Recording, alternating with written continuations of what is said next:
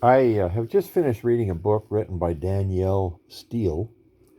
Now, she's known for a whole bunch of romances and adventures and missing persons and conflict and uh, budding relationships that come out of conflict, even and out of the most unlikely of couples. So she's largely romance and adventure, and she's published in numerous languages, billions of books. She's that popular. What I didn't realize was her benevolence, her Christian anchor, her need to serve those who were, in the case of this book that I'm reading, homeless.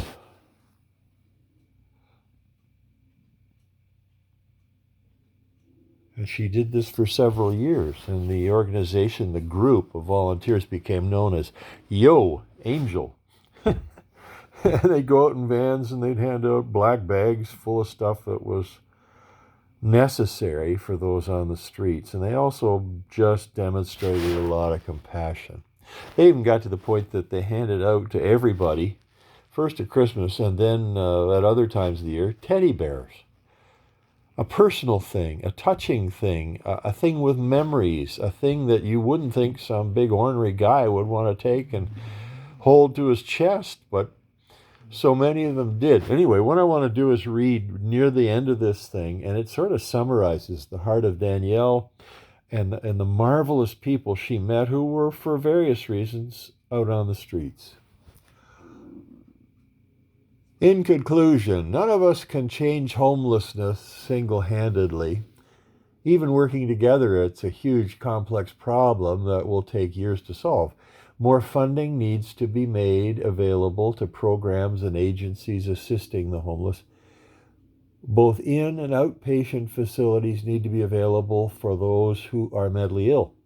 If you want to help, you can find an established group that works with the homeless and do it in a safe way. One of the couples who left a lasting impression on me, two people we saw in a doorway late one winter night when it was raining hard. We were on our way back at the end of a long night with only 2 black bags in the back of our van. We were tired and cold, but we saw the figures sitting in a doorway, so we stopped, hopped out, and as we approached, I saw a youngish man, probably in his 30s, I got to turn the page here.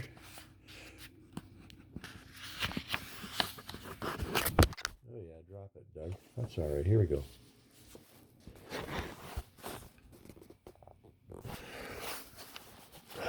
Try again.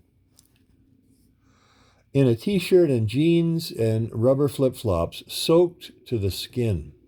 There was a young woman facing him as they sat on the pavement in the doorway. They had absolutely nothing, no blanket, no covering, no supplies, not even a piece of cardboard to sit on.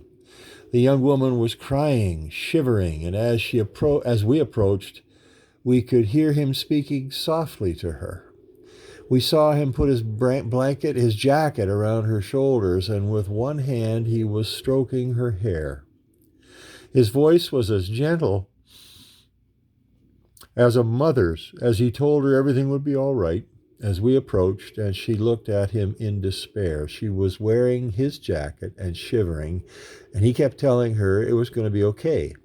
She wore a skirt so wet it was plastered to her legs. I've never seen so much love between two people in my life. And he had just given her the last scrap of warmth he had, leaving him even colder as he held her gently in his arms. He wasn't bemoaning their fate. He wasn't telling her how cold he was or that it was somehow her fault that they were there. He was assuring and comforting her and just plain loving her as we walked up to them carrying the last 2 bags that we had for the night. It was like walking into someone's bedroom. They looked up at us and we explained that we had what we had: warm, dry clothes, jackets, food, sleeping bags, gloves, toques. Oh, jeez. Empty bottles so that they could get water. They both cried then, and so did we, and he looked at her with a knowing smile as though to say, "See, I told you it was going to be okay." Without planning it, we had proven him right. Something wonderful had just happened to them and to us. Seeing that kind of love between two people is an incredible gift. I don't think I've ever seen a gentler man or two more loving, grateful people. They thanked us, and we left them there drying off, putting on warm clothes, setting down tarps, rolling out the sleeping bags, checking out the food. It wasn't a permanent solution for them, but it was a reminder that things could get better for them, and hopefully did. But even at their darkest moment, he was able to comfort her. They were loving to each other. And at the moment they least expected it, a gift of hope approached.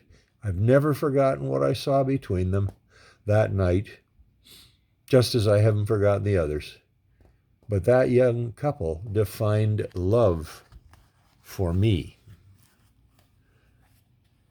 So there you have the book. You should all go out and get a copy of this thing. It's a remarkable story, nonfiction.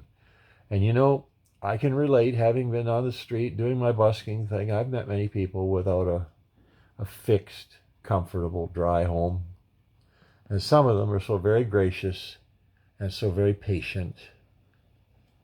Thanks for listening. Doug Blair, Kitchener, Ontario.